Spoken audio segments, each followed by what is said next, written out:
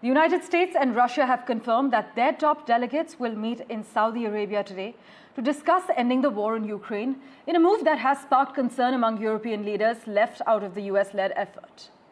Senior US and Russian officials will hold talks in Riyadh in an effort to lay the groundwork for peace talks.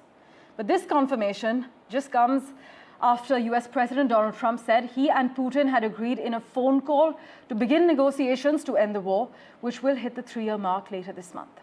But Trump's push for bilateral talks with Moscow has raised alarm about what place Ukraine and its European allies would have at the negotiating table. Listen in to what Ukraine's president had to say. Що Україна може дати питання, а що Україна може отримати. Тобто це ж дуже важливо для нас. Ми дійсно дуже зацікавлені в тому, щоб підписати угоду зі Сполученими Штатами Америки. І як першу, і я вже це говорив, і говорив від американських партнерів, у нас є пропозиції від Європи, але всі європейці вони знають, що Сполучені Штати найбільший був стратегічний, є стратегічні партнери, тому ми відкриті для цього. І я президенту Трампу говорив, ми хочемо підписати угоду, але коли ми перейшли до деталей, поки що там немає гарантій безпеки.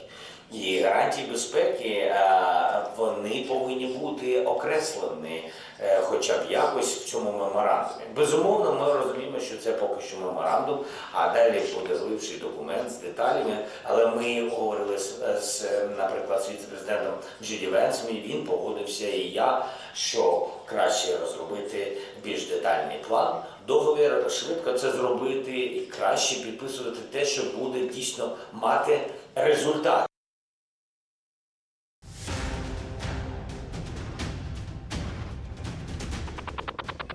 After almost 3 years of mayhem, countless deaths and epical damage to infrastructure, there seems to be some hope towards bringing an end to the Russia-Ukraine war.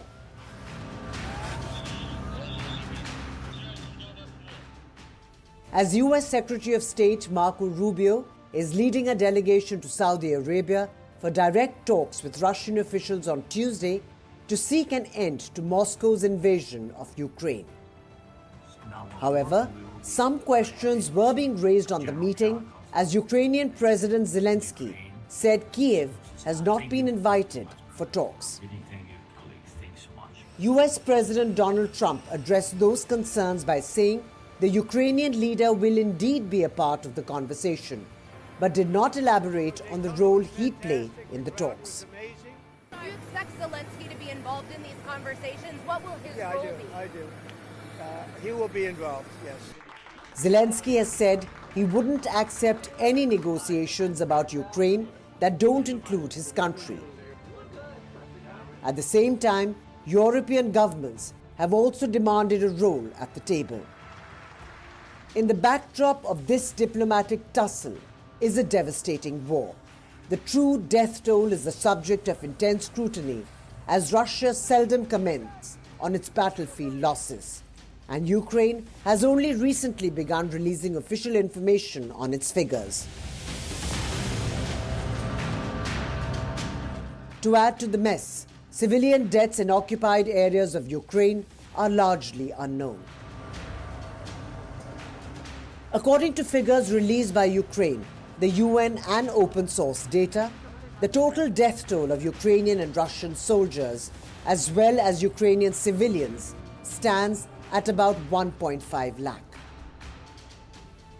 Trump shocked Washington's European allies recently by calling Russian President Vladimir Putin without consulting them or Kyiv beforehand and declaring an immediate start to peace talks.